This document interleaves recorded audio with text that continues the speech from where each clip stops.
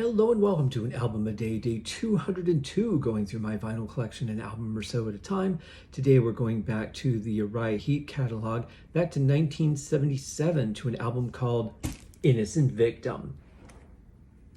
Are they though? Are they? What are they doing out there with a snake? Kind of feel like they're maybe not so innocent. But in any case, really cool album cover. Love the detail on the snake. There are two album covers for this. One features photos of the band, and then this is the other one. This is the one I have. Very interestingly, is it the only one? Yeah, the only one I actually have on Braun's Records, who was the record company of their management, Gary Braun. Interesting label. It's just bright yellow, not much to it.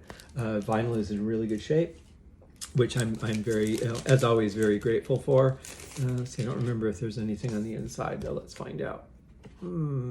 Anticlimactic. There is. Oh wait. Is there? Yeah, there is. Less anticlimactic, wasn't it?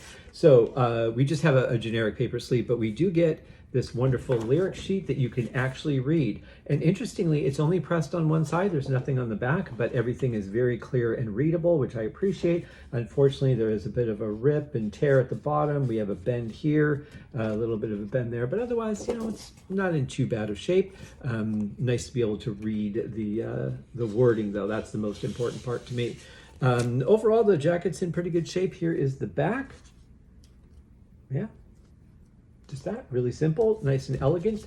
Definitely would stand out if you're walking through a record store and you see, all the albums on display that are front faced. I would certainly think that this would grab some attention. So that's, generally the point of an album cover. And I think they do a good job on that. It works the same in the digital world, just less potent, I guess, because when you're just looking at a web page with a mass amount of pictures on it versus a record store that only has so many on the wall, you don't really, I think, stand out a bit less.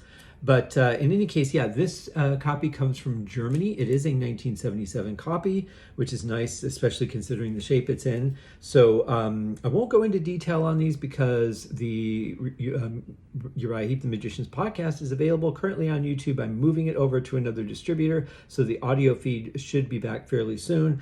But for now, I'll just tell you what's on it. So side A, we get Keep a Ridin', Flying High, Roller, Free and Easy, and Illusion. And this is a John Lawton album, by the way. John Lawton's on vocals on this one.